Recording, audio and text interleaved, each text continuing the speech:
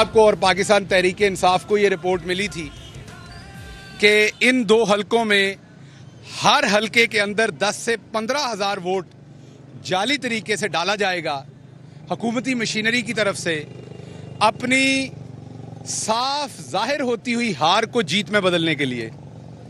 इन्हीं खदशात की बिना पर पाकिस्तान तहरीक इंसाफ के दोनों उम्मीदवार यहाँ पर PP 272 में मौज़म जतोई और PP 273 में यासिर जतोई ने अपनी पूरी टीम को भी इलेक्शन के लिए उतारा और उसके साथ साथ पार्टी ने हमारी जिम्मेदारियां भी लगाई। आज सुबह 8 बजे जब पोलिंग शुरू हुआ तो मुजफ्फरगढ़ का जो DCO है ये शरीफ खानदान का कोई खास गुलाम है कि जब हम यहाँ जलसा करने आए तो पता चला कि इसने जाली पानी की FIR दी लोगों पर, और जब उन लोगों ने अपनी जो हमायत का ऐलान पाकिस्तान के अंदर ये चोर लीग के लिए कर दिया तो FIRs खारिज करवा दी DCO ने फोन करके। हमारे पास उसके शवाहद मौजूद हैं। DCO साहब की जन्म पत्री लिख ली गई है। वक्त बदलना है, ये अल्लाह का इंसाफ है, वक्त बदलना है। जब ये वक्त बदलना है तो DCO साहब अब ना पंजाब में उस्मान बुज़दार साहब की तरह की शरीफ PTI की हुकूमत होनी है और ना ही हम पहली दफा हुकूमत में होने हैं। तो जब वक्त बदलेगा तो इंशाल्लाह कानून के मुताबिक आपसे हिसाब लेंगे और आपको कानूनी तरीके के अंदर इंशाल्लाह इबरत का निशान बनाएंगे। जिस तरीके से आप यहां धांधली कर रहे हैं और PP 272 के अंदर पोलिंग स्टेशन नंबर 44 और 46, 44 और 46 कोट लगामो, उसके अंदर जो पोलिंग का एक बुनियादी जुज होता है कि जब पोलिंग शुरू होती है तो सुबह सुबह तमाम उम्मीदवारों के एजेंट्स को बुलाया जाता है, उनको खाली डब्बे दिखाए जाते हैं, जो बैलेट पेपर होते हैं वो गिनवाए जाते हैं और फिर उनकी मौजूदगी में पोलिंग के अमल को शुरू करवाया जाता है। इन्होंने सुबह क्या किया कि पुलिस गर्दी करते हुए जबरदस्ती मौज़म जतोई साहब के जो पोलिंग स्टेशन नंबर 44 और 46 हैं वहां से हमारे पोलिंग एजेंट्स को धक्के मारकर बाहर निकाला गया। उनको अंदर दाखिल नहीं होने दिया पोलिंग स्टेशन के और अपनी मर्जी से वहां पोलिंग का अमल शुरू करवाया। अब हमें नहीं पता कि पोलिंग का जो डब्बों के अंदर कितने वोट पहले से डाल दिए, बैलेट पेपर्स जो है वो कितने चोरी कर लिए वहां से जो लाए हुए थे, कितने अजाफी लेके आए क्योंकि ना गिनने दिया गया। आपने सुना होगा फॉर्म 45 और फॉर्म 46। 46 फॉर्म वो होता है जो पोलिंग शुरू होने से पहले पोलिंग एजेंट्स के सामने फिल किया जाता है और 45 वो होता है जो जब रिजल्ट देने के टाइम पे साइन करके पोलिंग एजेंट को दिया जाता है। तो 46 जब तक सही तरीके से फिल ना किया हो तो 45 का फिर मकसद फौत हो जाता है। तो इन दोनों हलकों में कई जगहों के ऊपर यासिर जतोई के हलके में भी जो PP 273 है और PP 272 जो है वो मौज़म जतोई के दोनों हलकों में ये कार्रवाइयां की जा रही हैं। सर्वे के अंदर पाकिस्तान तहरीक इंसाफ दोनों हलकों से 15 से 20 हज़ार के मार्जिन से जीत रही है। और आपको मैं अभी ये बाहर पोलिंग स्टेशन के बाहर खड़ा ये प्रेस कॉन्फ्रेंस कर रहा हूं, मीडिया को कहिए कि दिखाएं जरा ये पीछे इस गाड़ी के पीछे मुस्लिम लीग चोर का जो है वो कैंप लगा हुआ है। उधर 2-3 कुत्ते सो रहे हैं वो उसके नीचे फट्टे के नीचे और उधर कोई खलकत नहीं है। और ये प्रेस कॉन्फ्रेंस कर रहा हूं और साथ पाकिस्तान तहरीक इंसाफ का जो यहां पर लगा है वो आप देख सकते हैं कितनी पब्लिक यहां खड़ी है। तो मुजफ्फरगढ़ की आवाम ने वाज़ेह फैसला कर दिया है कि मुजफ्फरगढ़ की आवाम कौमी गैरत के साथ खड़ी है। मुजफ्फरगढ़ की आवाम अमरीकी साजिश को नहीं मानती। मुजफ्फरगढ़ की आवाम इमरान खान के साथ खड़ी है क्योंकि मुजफ्फरगढ़ की आवाम को पता है कि इमरान खान इस पूरी स्टेटस को के खिलाफ अकेला जंग कर रहा है। एक तरफ हर इदारा खड़ा है, इलेक्शन कमीशन ऑफ पाकिस्तान खड़ा है, इनको अदालतों के अंदर भी मर्जी के इंसाफ मिल रहे हैं, इनको पोलिंग स्टेशनों के अंदर मर्जी का तरीकाकार मिल रहा है। इन्होंने सुप्रीम कोर्ट के डिसीजन के बावजूद अपना गुलाम डीसीओ यहां लगाया है, जो यहां पर अंधेर नगरी मचा रहा है पूरी की पूरी। और उसके बावजूद आज मुजफ्फरगढ़ की आवाम इन्हां दी मंजी पीढ़ी ठोक के रखेगी, इन्हां नूं तुन के इन्हां दे खिलाफ वोट पाएगी और इन्हां दे नाल ओ सलूक करेगी जिहड़ा चोर दे नाल कीता जांदा है।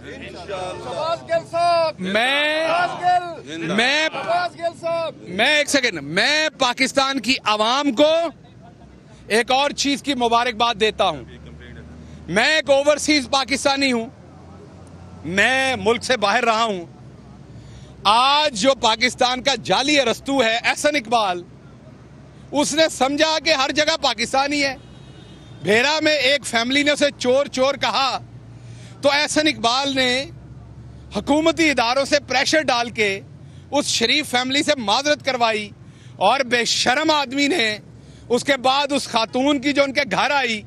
हमारी पंजाब का एक और पूरे पाकिस्तान का एक कल्चर है कि जब कोई घर दुश्मन भी आ जाए तो हम उसकी इज्जत करते हैं। इस बेशर्म आदमी ने उस खातून की तस्वीर को नशर किया कि मेरे पास माफी मांगने आई है। आज गिज्जा होया बिल्ला दोबारा दूध पीने लगा था अमेरिका के अंदर, ओथे गयूर पाकिस्तानी डॉक्टरों ने पकड़ के इसकी मंजी पीढ़ी ठोक दी, बल्कि दूसरे लफ्जां दे विच इहदी गिच्ची मार के रख दी। उथे क्या किया उन्होंने? इसे कहा कि तुम चोर हो, ओवरसीज पाकिस्तानियों के वोट पे डाका डाल के अमेरिकी साजिश में शामिल होके यहां क्या करने आए हो। तो एक तो मैं कौम को मुबारकबाद देता हूं कि ना वहां पर कोई FIA है, ना वहां पर राणा सनाउल्लाह की बदमाशी है। वहां पर पाकिस्तानी खुल के एहसन इकबाल की हौसला अफजाई भी करेंगे, तवाज़ो भी करेंगे, तबीयत भी दुरुस्त करेंगे और जहां जहां से खुरदरा है वहां वहां पे रंदा भी फेरेंगे। जी, हमारे पोलिंग एजेंट को यहाँ उन्होंने बाहर निकाला हुआ है उसको। मैं जैसा आपकी खिदमत में पहले अर्ज कर चुका हूं, ये भी बता रहे हैं कि यहाँ PP 273 में भी पोलिंग एजेंट्स को बाहर निकाला जा रहा है। हमारी पूरी पार्टी इसी पोलिंग स्टेशन जिधर मैं खड़ा हूं, आसिफ नाम का हमारा पोलिंग एजेंट है जिसको नहीं जाने दिया जा रहा। हमने हर तरीके से अवाम ने और हमने मुकाबला करना है। और मैं एक बात कह रहा हूं, ये जो घरों में बैठे हैं ना आप लोग, इस टाइम सिर्फ टीवी देख रहे हैं, ये काम मत करें, बाहर निकलें, वोट डालें। अगर आज आपने अपनी आवाज नहीं उठाई तो श्रीलंका बनना है पाकिस्तान ने। अगर आज आपने इस साजिश को नाकाम ना किया, इन चोरों को आपने लगाम ना डाली, ये 20 हल्के जीतने से हमने कोई हुकूमत नहीं कायम कर लेनी, हम तो फ्रेश इलेक्शन चाहते हैं।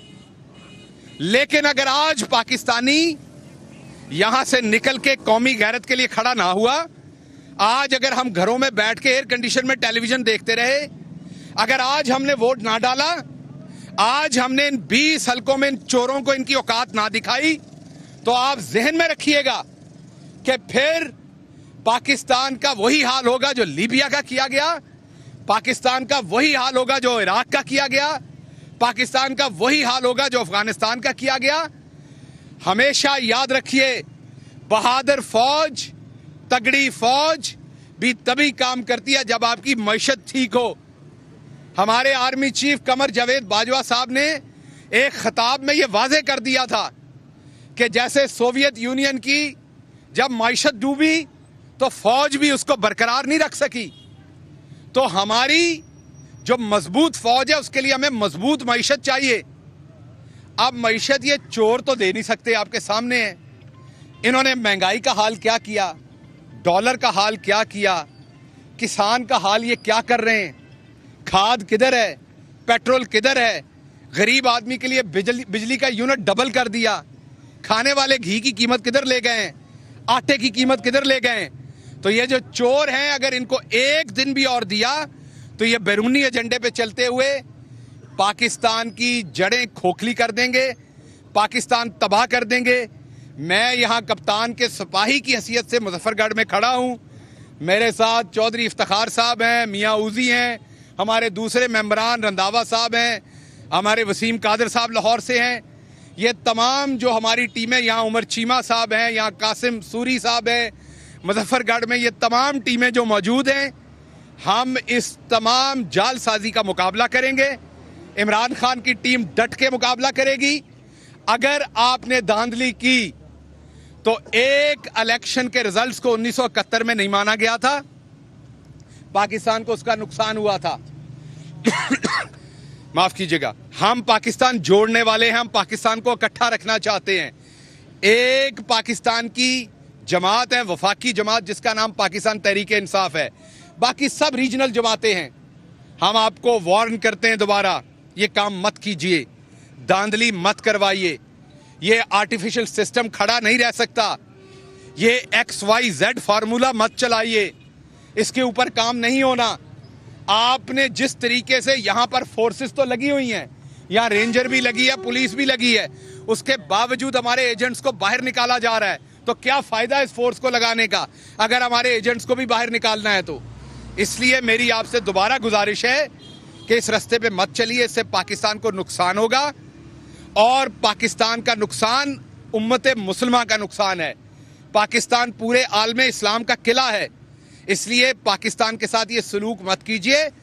जिससे गलती हुई है वो अल्लाह से माफ़ी मांगे, पाकिस्तानी कौम से माफ़ी मांगे, उसको दुरुस्त करे। और दुरुस्त करने का एक ही तरीका है, फ्री एंड फेयर इलेक्शन। आज पाकिस्तान की आवाम वाज़े तौर पर यह ऐलान कर चुकी है कि फ्री एंड फेयर इलेक्शन ही एक इसका हिस्सा है। आपके यहां अलीपुर के अंदर जलसा हुआ था, खुदा की कसम वो जलसा ऐसे लग रहा था कि शायद मीनारे पाकिस्तान में या इस्लामाबाद में वो जलसा हो रहा है, इतना बड़ा जलसा था वो। तो जब पाकिस्तान की आवाम खुल के एक वफाकी जमात के पीछे खड़ी है, तो जो लोग आज इस जमात के खिलाफ ड्राइंग रूमों में बैठ के फैसले कर रहे हैं, वो पाकिस्तान के साथ गद्दारी कर रहे हैं, वो पाकिस्तान के साथ दुश्मनी कर रहे हैं। कौम उनसे हिसाब लेगी।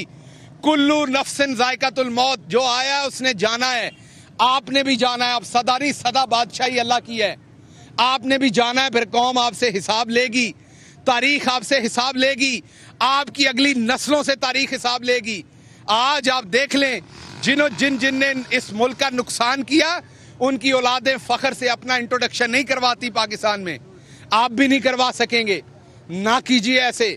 मैं दोबारा आपसे रिक्वेस्ट करता हूं, कुछ नहीं आपसे मांग रहे, आपसे सिर्फ फ्री एंड फेयर इलेक्शन मांग रहे हैं।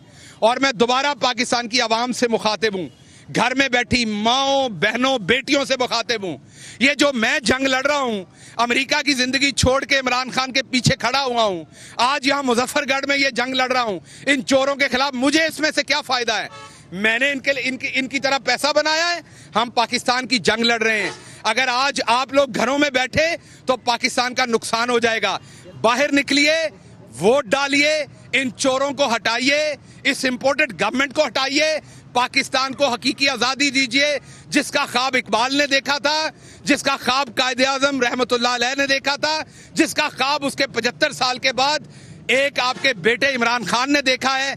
जो गैरत इज्जत उसने आपको दी है, उस गैरत इज्जत को रिस्टोर होने दें। और मैं आज मुजफ्फरगढ़ की आवाम से भी ये इल्तमास करता हूं कि डट जाएं अपने हक के ऊपर, किसी को चोरी मत करने दें अपना वोट का, अपनी तौहीन मत करने दें। यहां ब्रिटिश राज नहीं है इस टाइम, हम किसी के गुलाम नहीं है, हम एक आजाद कौम है। हम अपने वोट को जहां कास्ट करेंगे, हम चाहते हैं उसी संदूक में से वो वोट निकले। इसलिए मुजफ्फरगढ़ की आवाम, पाकिस्तान की आवाम, पंजाब की आवाम आज डट के अपना मुकाबला करेगी।